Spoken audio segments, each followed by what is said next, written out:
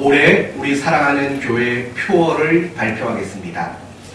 2020년도 살아가는 교회의 표어는 사모함과 간절함을 회복하자라는 표어입니다. 사모함과 간절함을 회복하자라는 표어입니다. 이번 주에는 사모함에 대한 말씀을 전하고 다음 주에는 간절함에 대한 말씀을 전함으로 우리 교회 표어를 여러분에게 함께 공유하려고 합니다. 이제 여러분에게 한번 묻습니다. 북한은 종교의 자유, 신앙의 자유가 없습니다. 그 나라에 과연 우리와 똑같은 기독교 신앙을 가진 사람들이 있을까요? 없을까요? 있을까요? 없을까요? 있습니다. 2020년도 발표를 보니까 유엔에서 발표를 했습니다. 유엔에서 발표를 했는데 북한에 과연 기독교 신앙을 가진 사람들이 얼마나 있을까 이렇게 발표를 했습니다. 최소 20만 명에서 최대 40만 명의 기독교 신앙을 가진 사람이 있다 이렇게 유엔이 발표를 했습니다. 그리고 우리나라에서 북한 선교 단체로 사역하는 모퉁이돌이라는 그런 선교회가 있습니다.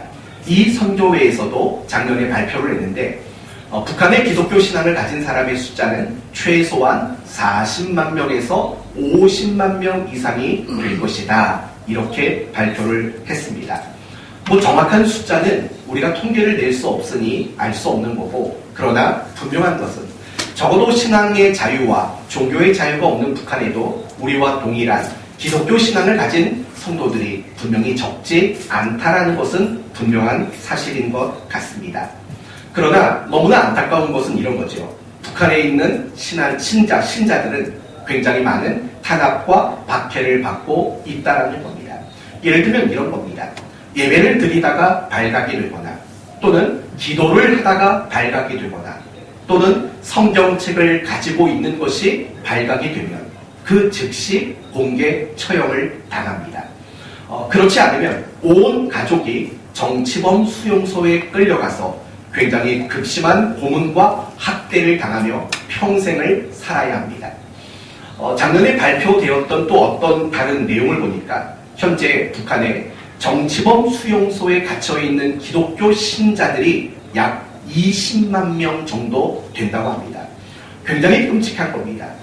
대부분 북한의 기독교 신앙을 가진 사람의 숫자를 40만 명이라고 얘기를 하는데 그 중에 절반가량은 이미 정치범 수용소에 끌려가서 탄압과 고문을 당하고 평생 거기서 살아야 하는 그런 비참한 삶을 살고 있다는 것입니다.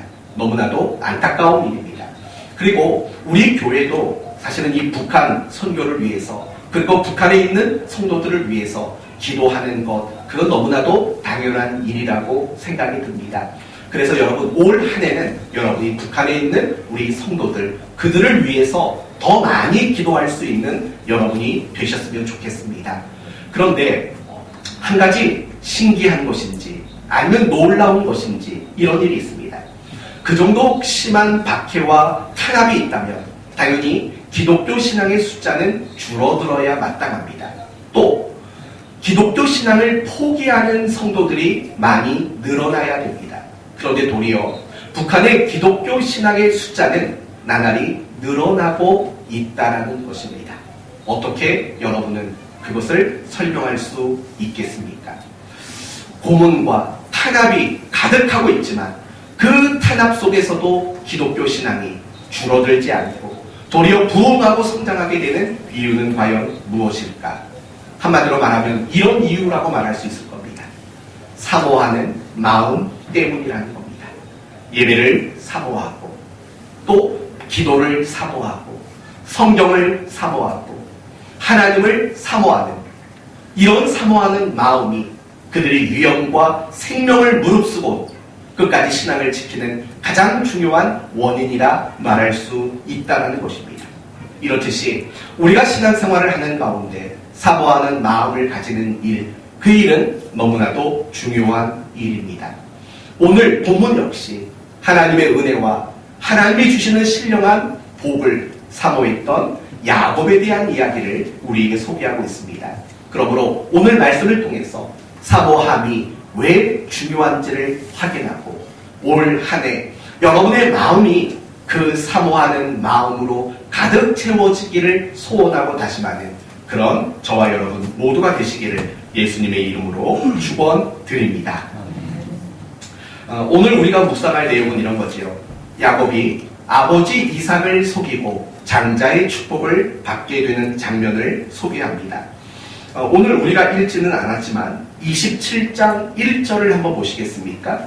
27장 1절을 보시면 이삭이 나이가 많아 눈이 어두워 잘 보지 못하더니 맏아들 에서를 불러 이르되 내 아들아 하매 그가 이르되 내가 여기 있나이다.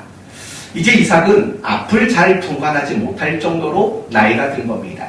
이제 그러니까 스스로 나는 이제 죽을 날이 얼마 남지 않았다라고 여긴 겁니다.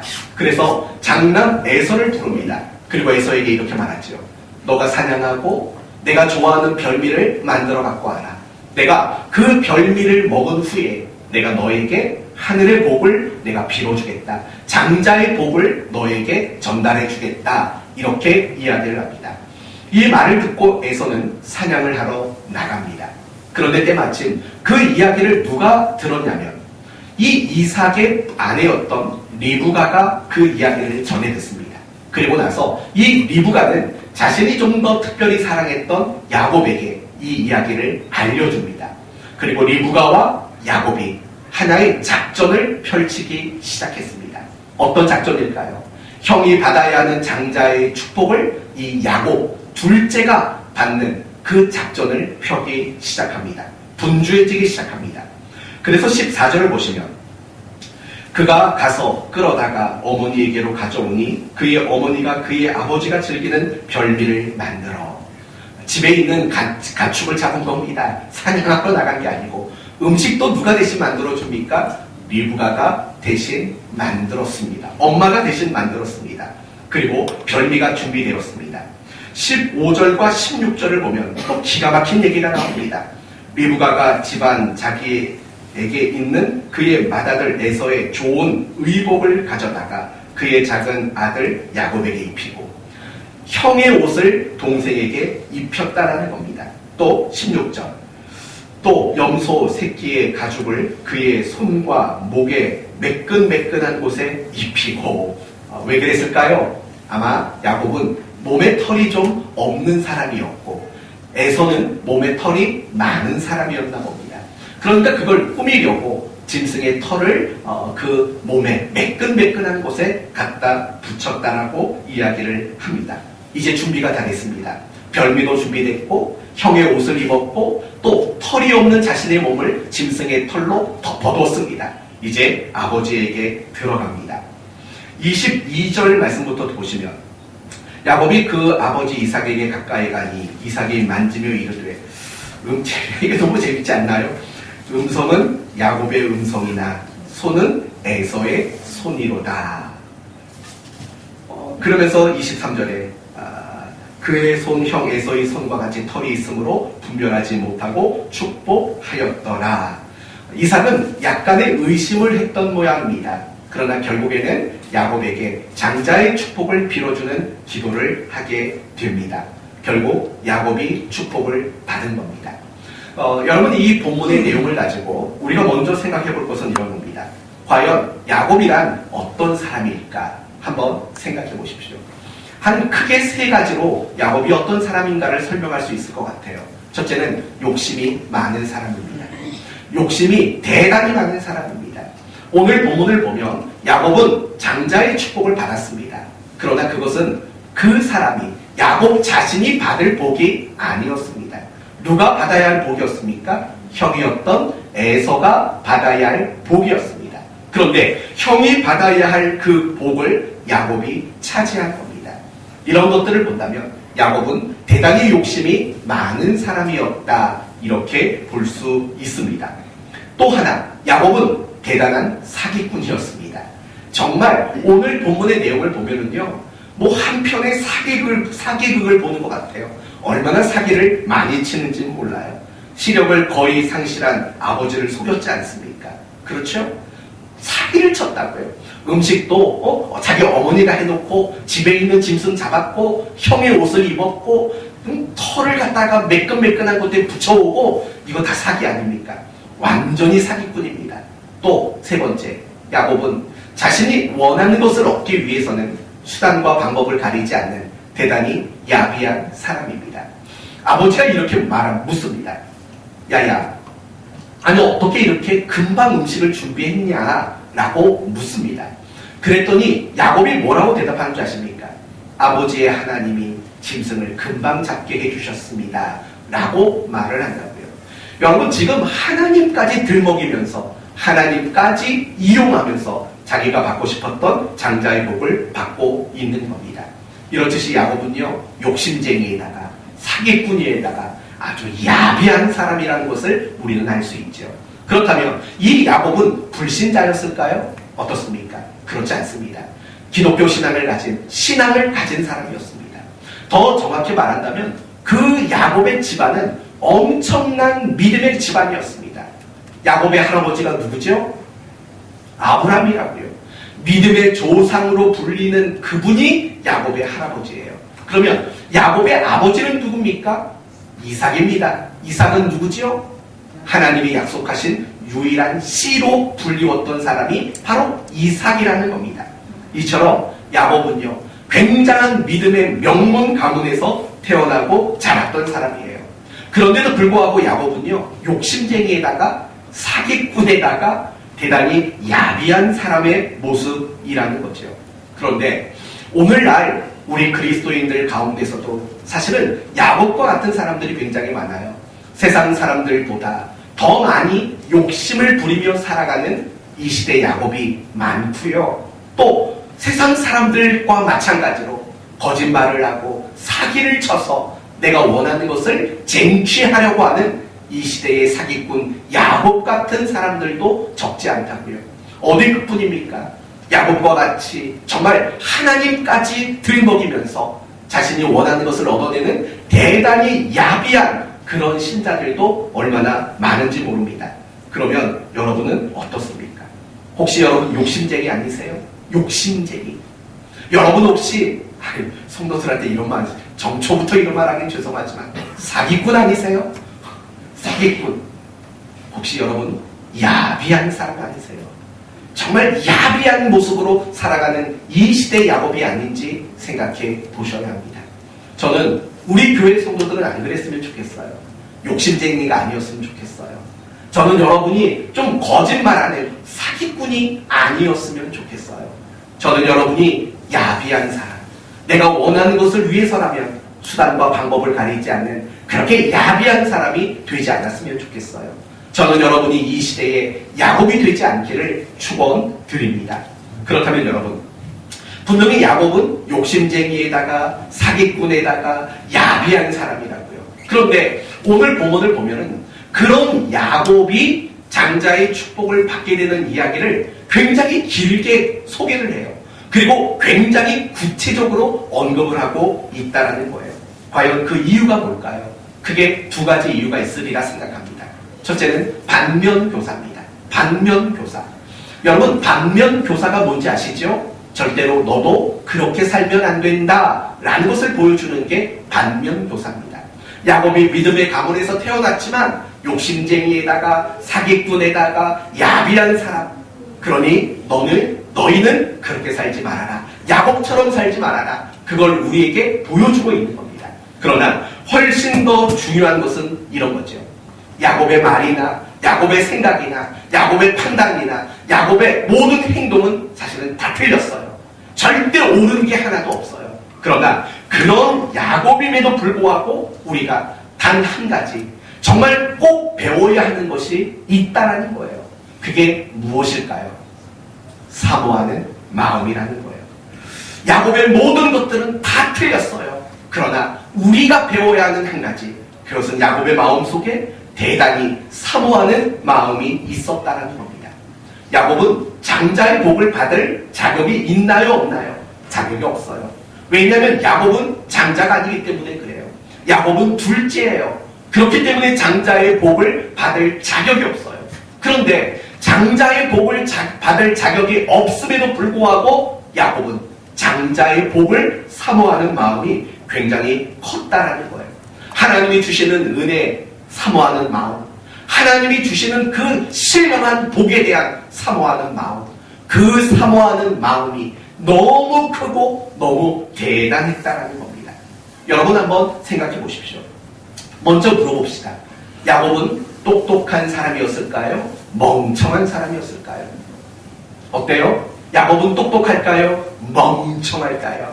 야곱은 굉장히 똑똑한 사람이에요.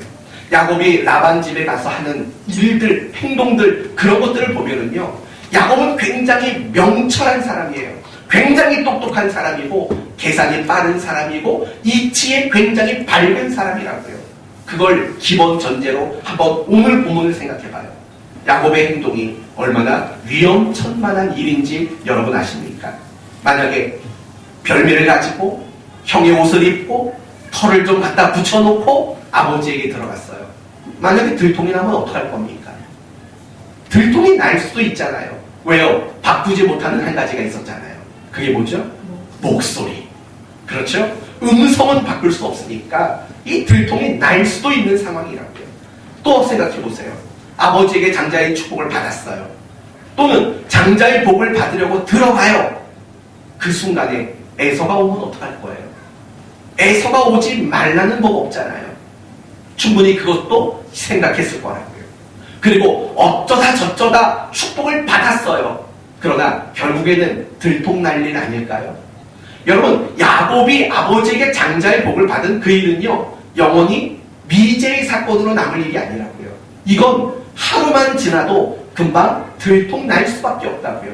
여러분, 오늘 본문 30절을 보세요. 어떤 얘기가 나와요? 이삭이 야곱에게 축복을 마쳤어요. 그리고 야곱은 아버지의 방에서 나왔어요. 근데 그 찰나에 누가 들어와요? 형 에서가 들어온다고요. 그리고 다음 장에 넘어가면 이 에서가 별미를 준비해요. 그리고 아버지에게 들어가요. 아버지, 다 준비했습니다. 맛있게 드시고 제게 복을 빌어 주십시오. 그때 아버지는 기겁을 하고 놀랍니다. 아니, 조금 전에 내가 복을 빈 그 누구냐? 에서가 말하죠. 그 야곱놈이었습니다. 이건 웃을 일이 아닌데 그런 상황이 연출이 된다고요. 그러니까 제가 여러분에게 말씀드리려고 하는 게 뭐냐면, 어차피 이 일은 어떤 일이에요? 들통날 일이에요.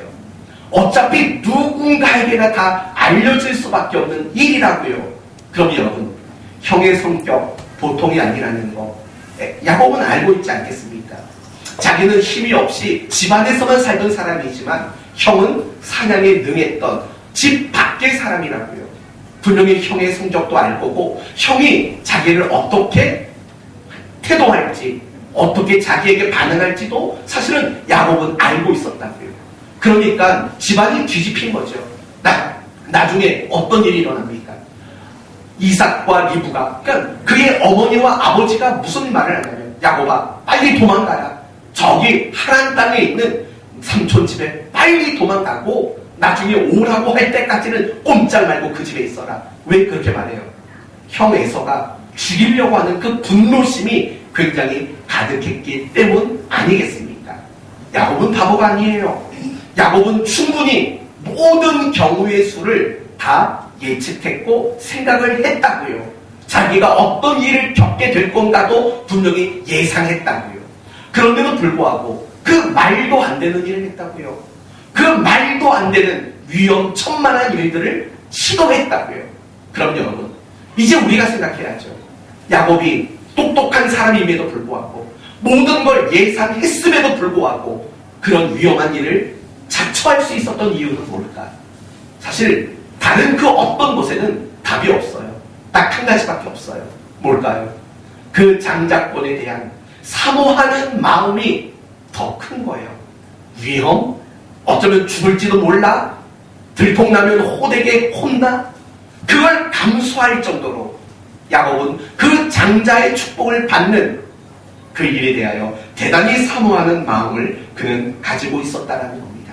그러나 반대로 야곱이 그 사모하는 마음이 없었다면 그런 위험을 자처할 만한 일들을 하지 않았을 겁니다. 형 에서를 보세요. 너무 배가 고팠어요. 어느 날 야곱이 꼬들기지요. 형 배고파? 나에겐 맛있는 팥죽이 있는데 이거 줄까? 냄새 한번 맡아봐. 아니 이건 나와 있진 않아요. 제가 그냥 하는 거예요. 냄새 좀 맡아봐. 어때? 너무 맛있을 것 같아.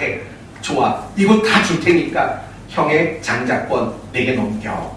그때 에서는 어떻게 했는지 아십니까? 아유 내가 배고파 죽겠는데 그까지 장자권이 뭐가 중요해. 이 팥죽을 받았다고요. 그걸 냉큼 먹었다고요. 그렇게 크게 생각하지 않는 거죠. 그렇게 사모하는 마음이 없었던 거죠.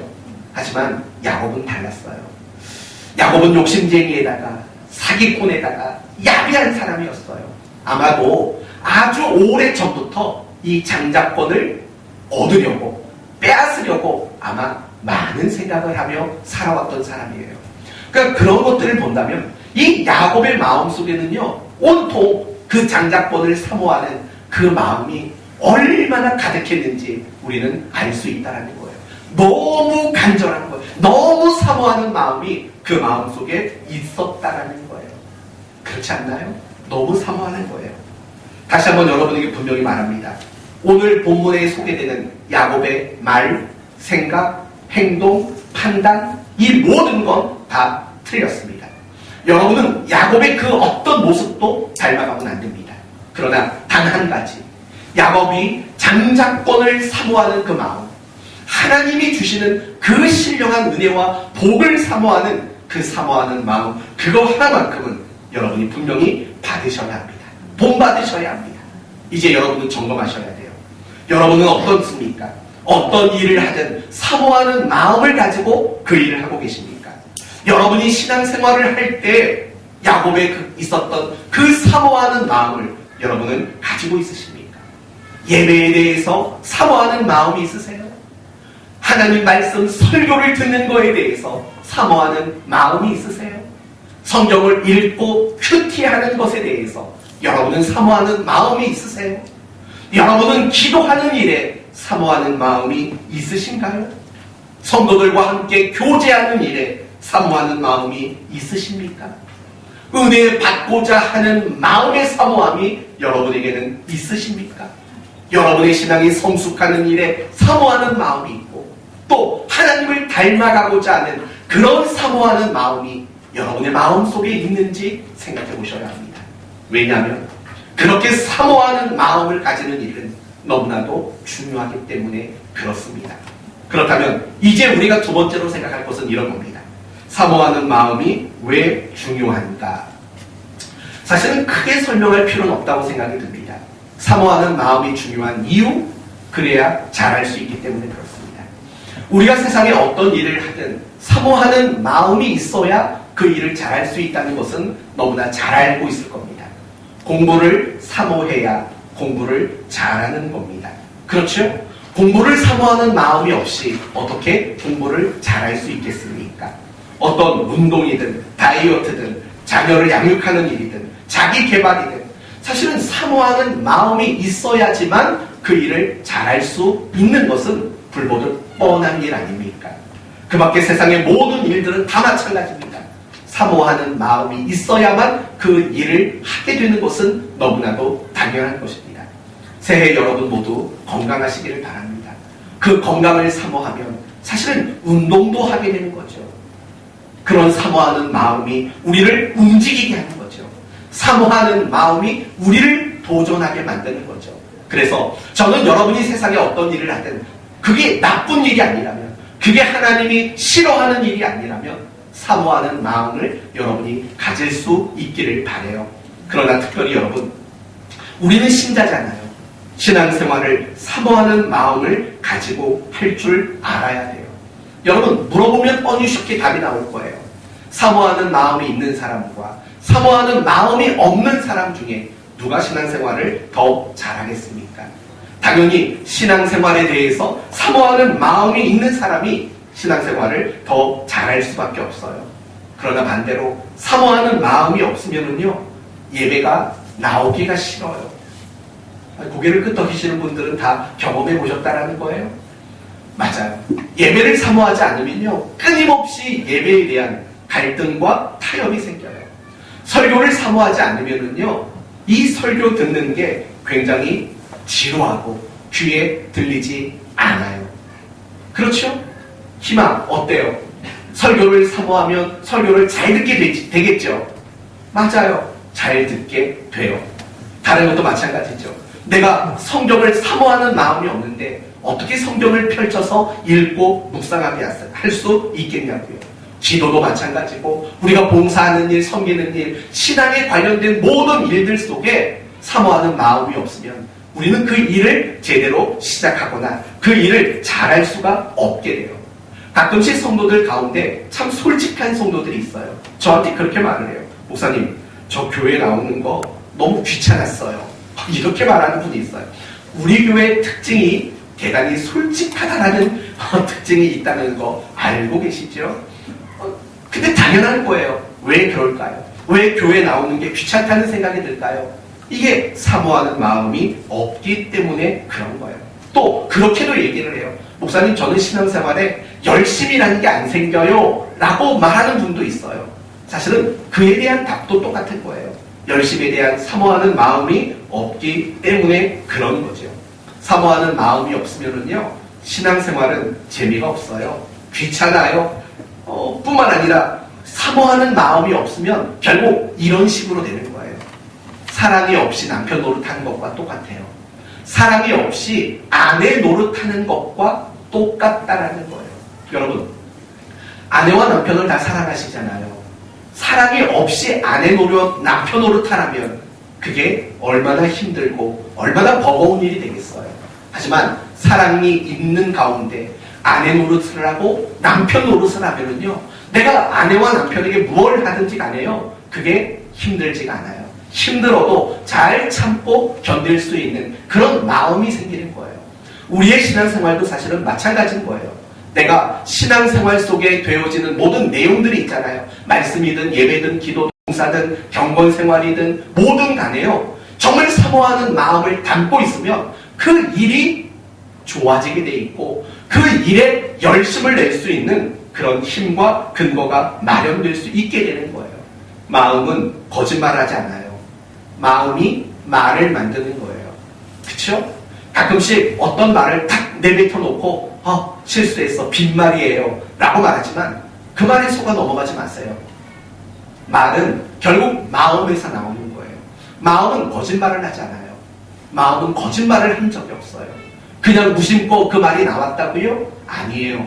무심코 그 말이 나온 게 아니라요, 여러분의 마음에서 그 말이 만들어지고 형성돼서 그 말이 나온 거예요. 마음은 말을 만들어요. 마음은 행동이 돼요. 마음은 습관을 만들어요. 마음은 내 삶을 정해요. 그래서 결국에는 마음은요, 내 인생을 결정하게 되어 있는 거예요. 모든 결정은 다 마음에서 시작이 된다는 사실을 여러분 잊지 말아야 돼요. 그렇기 때문에요, 내가 신앙생활하는 가운데 마음이라는 것을 그 속에 담지 못하면 그 일은 너무 버거운 일이 될 수밖에 없고 재미없는 일이 되어질 수밖에 없는 거예요. 은혜가 되지 않을 수밖에 없어요. 마음이 없으면, 사모하는 마음이 없으면 뭘 해도 은혜가 되질 않아요. 그런데 더 큰 문제는 뭐냐면, 우리가 사모하는 마음이 없이 신앙생활을 하면 신앙이 성장할 수 없다라는 점이에요. 여러분이 가장 싫어하는 질문 중 하나가 이거예요. 여러분은 신앙생활 몇 년 하셨습니까? 라는 질문. 굉장히 싫지요? 그래도 물어볼게요. 여러분은 신앙생활을 몇 년 하셨습니까? 몇 년 하셨어요? 30년? 40년? 50년? 더 하신 분 계세요? 50년 넘게 하신 분? 네. 저한테 좀 주목질한 건 아니죠? 네. 그냥 물어본 거예요. 여러분 신앙생활을 몇 년 하셨는지. 그러면 물어볼게요. 여러분이 신앙생활을 그 기간만큼 하셨다면 그 기간만큼 여러분의 신앙은 성장하셨습니까? 여러분의 그 신앙의 연수만큼 여러분의 믿음은 자라나셨습니까? 이 질문을 하면 사실 대부분 그렇습니다라고 답하기가 어려워요. 저도 마찬가지예요. 저도 모태신앙이라고요. 그런데 지금까지 신앙생활을 하면서 그 시간만큼, 반백년만큼 정말 신앙이 자랐냐라고 물어보면 저도 아니라고밖에 대답 못할 것 같아요. 그러면 여러분, 우리가 지금까지 신앙생활을 수십 년 했는데 예배를 안 드린 거 아니잖아요. 우리가 기도라는 걸 안 해본 적이 없잖아요. 그렇다고 성경을 안 본 것도 아니고 또 성경을 공부하지 않은 것도 아니잖아요. 우리는 나름대로 할 만큼 했다고요. 그런데 그럼에도 불구하고 내가 신앙의 연수만큼 내 신앙이 성장하지 못하는 나의 모습을 보게 될 때가 많은 거죠. 이유는 뭐냐면 내가 지금까지 신앙생활하면서 많은 예배와 많은 성경 공부와 많은 기도와 봉사를 했지만 그 신앙의 내용들 속에, 행위들 속에 사실 우리는 무엇을 담아내는 일을 하지 못했냐면 사모하는 마음, 사모하는 그 마음을 담아내지를 못했던 거예요. 그러니까 결국 그 사모하는 마음이 없이 그 일을 해왔던 시간들이 있기 때문에 그 신앙의 연수만큼 우리의 신앙이 성장할 수가 없게 되었다는 거죠. 여러분이 신앙이 성장하지 않았다는 말이 아니에요. 분명히 신앙이 성장했어요. 하지만 여러분이 신앙생활을 한 연수만큼은 성장하지 못한 거죠. 그 이유는 결국은 사모하는 마음을 그 안에 담아내지 않았기 때문이라는 거예요. 오늘 이 자리에 예배하러 나온 성도들이 있어요. 또 온라인으로 예배하는 성도들이 있어요. 하지만 중요한 것은 뭐냐면 이 자리에서 함께 예배하고 있다고 해서 예배에 대한 사모하는 마음이 모두 똑같은 건 아니에요. 적어도 이 자리에 여러분이 나왔으니까 사모하는 마음은 분명히 있을 거라고요. 그러나 어떤 사람은 발걸음을 교회로 옮기는 고작 그 정도의 사모하는 마음이 가지고 온 분이 있지만 어떤 분은 정말 마음이 뜨거워질 정도로 이 예배를 사모해서 이 자리에 나온 성도들도 있다라는 거예요. 결국 똑같은 자리, 똑같은 시간 안에 우리가 있지만 차이점이 있다면 그건 결국 사모하는 마음이라는 거예요. 정말로 그 사모하는 마음, 그 분량이 우리의 신앙의 성장과 성숙을 결정짓는 굉장히 중요한 요인으로 늘 작용하게 된다는 거예요. 사도행전 1장에서 8장까지 보시면은요, 초대교회, 정확한 명칭은 예루살렘 교회겠죠. 예루살렘 교회 성도들에 대한 이야기가 나와요. 그들의 이야기를 볼 때마다 깜짝 놀라지 않을 수가 없어요. 왜냐하면 그들의 신앙의 수준이 너무 높기 때문에 그래요. 그들의 신앙의 모습이 너무 탁월하기 때문에 그래요. 예를 들면 이런 거죠. 그들은 복음을 전했다고요. 하지만 복음을 전하게 되면 그들은 목숨을 잃을 수 있는 상황이었어요. 그런데 그 목숨까지도 감수하고 복음을 전하는 그들의 모습이 나타나고 있다고요. 자신의 전 재산을 팔아가지고요, 가난한 사람들에게 나누어 줬다고요. 어디 그뿐이에요? 그들은 서로 제 몸처럼, 자기 몸처럼 서로를 사랑해 줬다고요. 신앙의 열정이 얼마나 대단했는지 몰라요. 믿지 않는 주변 사람들에게 칭찬을 받았고 존경을 받았다고요. 이런 예루살렘 교회의 모습, 정말 놀라지 않을 수가 없는 거죠. 그러면서 이런 생각이 들어요. 나는 신앙생활을 몇 년을 해야지 이 예루살렘 교회 성도들만큼이나 될까? 어느 정도 열심히 해야지 목숨 걸고 복음을 전할까? 목숨 걸고 설교할까? 목숨 걸고 내 재산 내나 가난한 자들을 도울 수 있는 사람이 될까? 고민을 안 할 수가 없다고요. 여러분, 우리가 몇 년쯤 하면 이런 예루살렘 교회 성도들의 모습이 우리 모습에서 나올까요? 지금부터 몇 년을 더 하면 될까요? 천국 가기 전에는 될까요? 야, 이게 우리에게는 고민일 수밖에 없어요. 그런데 중요한 것은, 그렇다면 그들은 도대체 신앙생활을 몇 년을 한 사람일까 생각해 보세요. 그러면 고작 10년 안쪽이라고요. 예수님의 부활하신 그 시점으로부터 그 사도행전에 나오는 7장, 8장에 나오는 이야기가 고작 10년 남짓의 이야기라고요. 그들이 우리식대로 말한다면 예수 믿고 신앙생활을 열심히 한 건 고작 10년 채 되지 않는 사람들이라고요. 그런데 그 짧은 기간 속에 그들의 신앙은 굉장히 급성장했다고요. 처음에 그들은요, 예수님이 붙잡히자 다 도망친 사람들이잖아요. 제자들의 모습을 보세요. 그리고 사도행전 1장을 보시면 그들이 어디에 모여서 기도를 했을까요? 마가의 다락방에 모여 기도했다고요. 왜? 숨어 있어요. 왜 숨어 있냐고요? 그들은 겁이 난 거예요, 아직은. 아직은 목숨을 담보할 정도로 복음을 전할 용기가 없는 사람들이에요. 그러나 그들이 그 10년 남짓의 기간 안에 그렇게 전혀 다른 사람으로 그들의 신앙의 수준이 급성장했다고요. 그 모든 원인은 무엇이냐? 단 한마디로 말하면 그들에게는 사모하는 마음이 남달랐다라는 거예요. 그들은 굉장히 사모하는 마음이 있었어요. 사모하는 마음이 그들 마음에 가득 차 있었다고요. 예배를 드리거나 성도 간에 교제를 하거나 기도를 하거나 뭘 하든 간에 그 속에는 그 신앙의 일에 대한 사모하는 마음들이 굉장히 차고 넘쳤다라는 것을 우리는 보게 되는 거죠. 어제 그런 말이 나오냐고요? 이런 말이 나와요. 그 앞부분에 사도행전 6장 남짓까지 날마다라는 말이 5번이 나와요. 날마다라는 단어. 날마다 모였고 날마다 말씀을 들었고 날마다 교제를 했다. 이런 식으로 날마다라는 말이 5번이나 나온다고요. 여러분, 날마다 그 일을 했다라면 그건 무엇을 증명하는 걸까요? 그들 안에 놀라운 사모하는 마음들이 그들 안에 가득하게 있었다라는 거죠. 그들의 신앙이 성장할 수밖에 없었던 이유, 그들의 믿음이 그렇게 자라날 수밖에 없었던 이유, 사모하는 마음 때문이라는 거예요.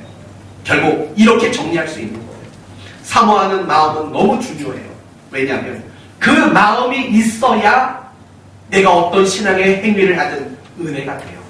예배, 말씀, 기도, 봉사, 사모하는 마음으로 그 일을 할 때 내 안에 은혜와 기쁨이 있는 거예요. 그리고 또 하나는 그 사모하는 마음을 가지고 할 때 우리는 신앙이 성장할 수 있게 된다는 거예요. 다음 주에 이 이야기를 한번 더 하겠지만 사모하는 마음, 또 간절한 마음은 결국 내가 하는 신앙의 행위를 무엇으로 만들어주냐면 훈련으로 만들어주기 때문에 그래요. 사모하는 마음 없이 예배 나오는 건 훈련이 되기가 어려워요. 그러나 사모하는 마음을 가지고 예배에 나오는 것, 그 예배가 마땅한 우리의 섬김이어야 하지만 우리를 성장시키는 훈련이 되도록 만드는 거예요. 항상 사모하는 마음, 그리고 간절한 마음, 이 두 가지는 내가 하는 신앙의 내용들을 훈련이 되도록 만드는 가장 중요한 요인이 된다는 거예요. 그렇기 때문에 우리는 사모하는 마음을 가지게 될 때 우리는 신앙이 성장하게 되는 거예요. 그리고 또 자기 자신의 신앙을 점검하는 기준이 있는 거예요. 내 신앙은 건강할까? 내 신앙은 지금 좋은 상태인가? 아닌가? 이걸 점검하는 방법은요, 간단해요. 사모하는 마음이에요. 사모하는 마음. 옛날에 우리 교회 초창기에 성도들이 정말 여러 지역에서 나왔어요. 요즘 돼서야 겨우 고양시 성도들이 좀 많아진 거지, 옛날에는요 고양시 성도들이 몇 없었다고요. 다 서울에서 오고 심지어 용인에서도 오는 청년이 있었다고요. 그 청년의 집에 신방을 갈 때 몇 킬로나 되나 재봤더니 96km 나오더라고요. 교회에서 그 집까지 거리가 96km예요. 그런데 이 청년은 항상 주일마다 그 96km의 거리를 달려왔어요. 그럼 제가 안쓰럽잖아요. 그렇게 얘기를 한다고요. 그 먼 거리에서 참 오니라 가니라 고생이 많네요. 그러면 그 청년은 뭐라고 말하냐면 눈 깜빡할 사이에 온다는 거예요. 그 오는 시간이 그렇게 좋대요. 찬송도 부르고 기도도 하고 설레이고, 그래서 이 96km가 하나도 멀게 안 느껴진대요. 몇 년이 지나고 나서 어느 날 그 청년이 저한테 이렇게 말하더라고요. 너무 멀어서 가까운 데서 다니고 싶다는 거예요. 아니 몇 해 전까지만 해도 그냥 눈 깜빡할 사이에 온다고 했는데 그렇게 마음이 바뀌는 거예요. 뭔지 아세요? 그게 사모하는 마음인 거예요. 사모하는 마음. 어느 한 가지, 두 가지에 의한 게 아니라 모든 것을 통틀어서 사모하는 마음. 그 마음이 있으면은요, 그게 기뻐요, 쉬워요, 성장하고 잘 돼요. 여러분, 제가 옛날에 연애할 때 응암동에 살았고 제 아내는 개봉동에 살았다고요. 제가 뭐 그때 운전면허가 있었겠어요? 아니면 직장 생활을 해서 택시를 타고 다닐 수 있겠어요? 기껏해야 지하철 갈아타고 1시간 반 가서 만나고 온다고요. 왜 웃어요? 연애 안 해보신 분처럼? 그래도 그 길이 얼마나 기쁜지 몰라요. 얼마나 기쁘고 얼마나 설레는지 모른다고요. 갑자기 옛날 생각나니까 막 네, 좋네요. 네, 제가 올 한 해 남편 노릇 더 잘하려고 제가 마음을 먹고 열심히 노력하고 있는 거 아시지요? 네, 그렇게 보이지요? 다시 먼저 사모하는 마음이란 결국 그런 거예요. 그래서 내 마음속에 한번 오늘 생각해봐요.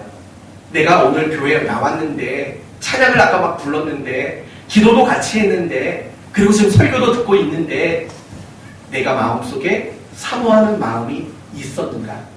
내가 교회에 오는 발걸음 속에 사모하는 마음이 어느 정도 있었고 함께 찬송을 부를 때 사모하는 마음이 어느 정도 있었고 말씀을 듣는 이 순간에도 말씀을 내가 더 잘 들으려고 하는 그런 사모하는 마음은 어느 정도 있었는지 보세요.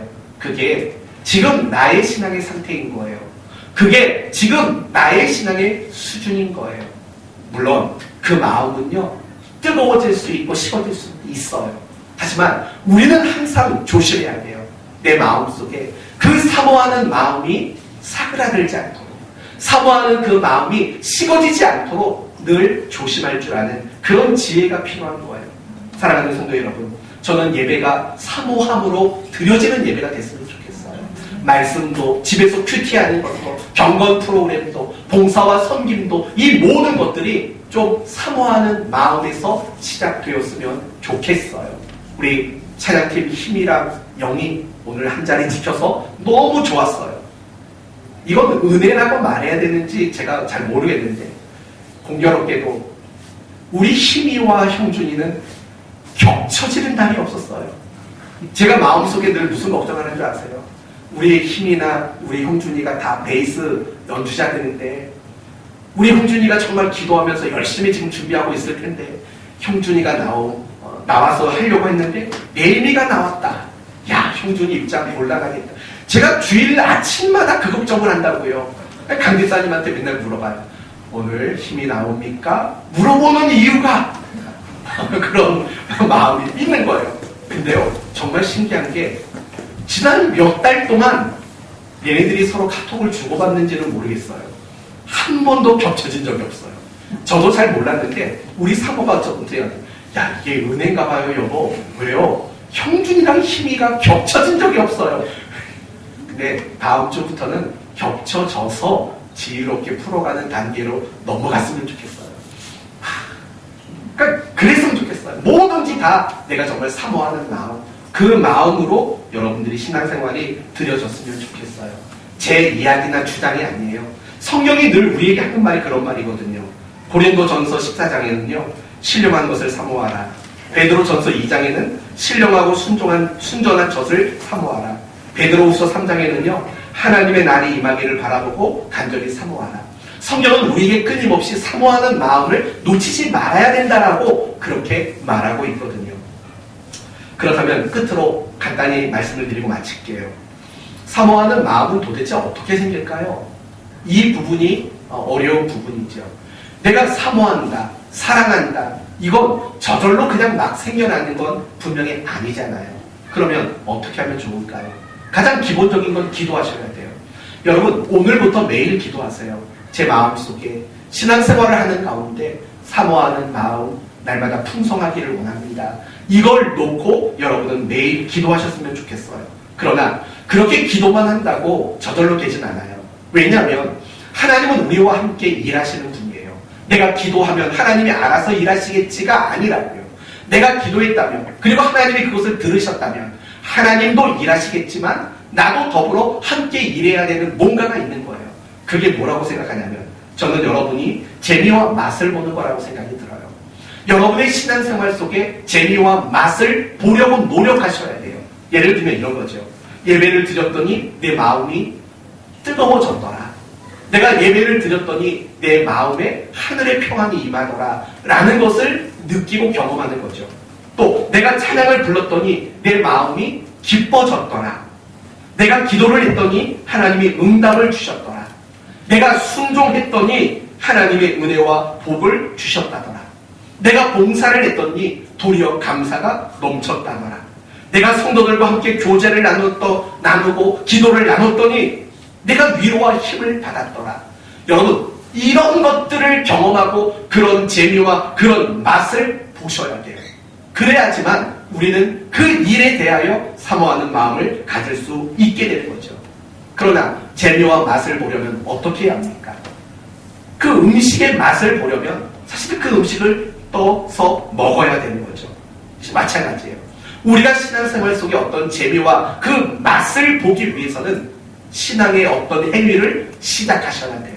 그리고 한 번, 두 번에서 맛을 느끼지 못했다고 해서 포기하지 마시고 끝까지 노력하는 일을 여러분은 게을리 해서는 안 돼요. 간단히 말하면 그거예요. 예배를 사모하시려면 억지로라도 예배에 열심히 나오시라고요. 여러분이 말씀을 사모하시려면 말씀을 억지로라도 열심히 읽으시라고요. 여러분이 설교를 사모하는 마음을 가지시려면요 억지로라도 잘 들으려고 노력하시라고요.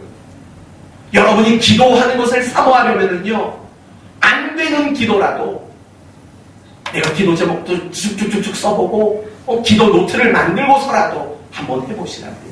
그렇게 여러분이 끊임없이 노력하면 재미, 맛, 기쁨 이런 것들을 경험하게 되는 거예요. 그러면 그때부터 무엇이 생기는 거냐면 사모하는 마음들이 생겨나게 되는 거예요. 여러분, 제가 탁구 좋아하는 거 아시죠? 탁구 엄청 좋아합니다. 여러분, 탁구는요 쉽게 시작하기 어려운 운동이에요. 왜냐하면 굉장히 어렵고 까다로운 운동이에요.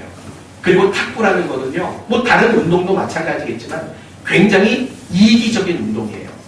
나보다 못하는 사람과는 치지 않으려고 하는, 상대하지 않으려고 하는 게 탁구예요. 두 가지 이유가 있어요. 재미가 되게 없어요. 재미가 되게 없고 또 하나는 못하는 사람과 자주 치면 실력이 줄어버려요. 급격히 줄어요. 급격히.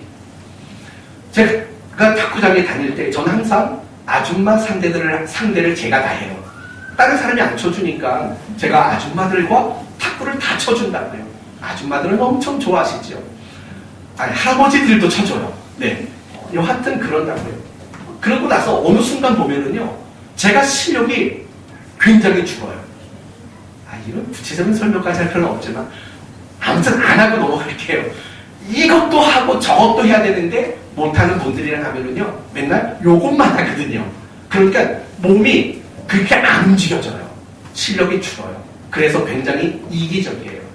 그렇기 때문에 탁구를 시작해서요, 석 달을 넘기는 사람이 그렇게 많지가 않아요. 중간에 다 포기해요. 실력도 안 늘어, 쳐주는 사람도 없어. 그렇다고요. 그러나 그 고비를 넘기고 끝까지 하다 보면은요, 재미가 느껴지게 돼요. 재미가 느껴져요. 그래서 정말 그 운동에 사모하는 마음들이 생기는 거예요. 신앙생활도 똑같다는 얘기하고 싶은 거예요. 예배를 한번 나와봤어요. 새벽에도 나와보고 하여튼 다 나와봤어요. 재미가 없어요. 그렇다고 포기하지 말라고요. 계속 예배를 열심히 나오다 보면은요, 그 속에 어느 순간 은혜를 경험하는 일들이 일어나기 시작할 거예요. 작게요. 작게. 엘리야가 하늘에서 비를 내리려고 했을 때 그 구름이 제일 먼저는 뭐만 했다고요? 손바닥만 했다고요. 그게 커져서 폭우를 내리듯이 처음에는 여러분이 신앙생활 하는 게 정말 손바닥만한 은혜나 기쁨도 안 느껴질 때도 있다고요. 그러나 포기하지 말고 열심히 노력하세요. 그러면 손바닥만 했던 게 더 커지고 더 커지고 큰 은혜를 경험하게 돼요. 그러면 여러분은요 그걸 사모하게 된다고요. 여러분, 우리 권사님들 이분들이 이렇게 기도하고 열심히 새벽마다 여러분을 위해서 기도할 수 있는 사람이 된 게 뭔지 아세요? 끝까지 포기하지 않고 노력하다 보니까 은혜를 경험하게 되는 거예요. 그래서 그 시간이 사모해지게 되는 거예요. 저는 여러분 모두가 그렇게 노력할 줄 아는 여러분이 됐으면 좋겠어요. 제발 기도만 하지 마세요. 기도만 하지 마세요. 노력을 하세요. 노력. 그럴 때 여러분 모두가 사모하는 마음이 회복되게 될 줄로 믿습니다. 오늘 말씀을 마치겠습니다. 야곱 그가 생각했던 거, 그가 방법으로 삼았던 거, 그가 행동했던 거 다 틀렸습니다. 우리는 이 시대의 야곱이 되고는 안 돼요. 그러나 그래도 그 안에 배울 수 있는 한 가지, 하나님의 은혜와 복, 장자권을 사모하는 그 마음은 우리가 정말 빨리 배워야 할 내용이라고 생각합니다. 사모하는 마음을 품는 여러분이 되셔야 합니다. 그래야 은혜가 되고, 그래야 여러분의 신앙의 그 노력만큼 여러분의 신앙이 성장하게 될 겁니다.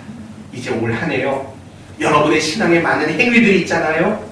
예배, 말씀, 기도, 경건, 푸른, 봉사, 섬김, 교제, 이 모든 것들 안에 사모하는 마음을 담아내는 일에 초점을 맞추시고, 그 일에 우리 모두가 함께 노력함으로 사모하는 자들만이 누리는 은혜와 복을 얻게 되는 한 해가 되시기를 예수 그리스도의 이름으로 축원드립니다.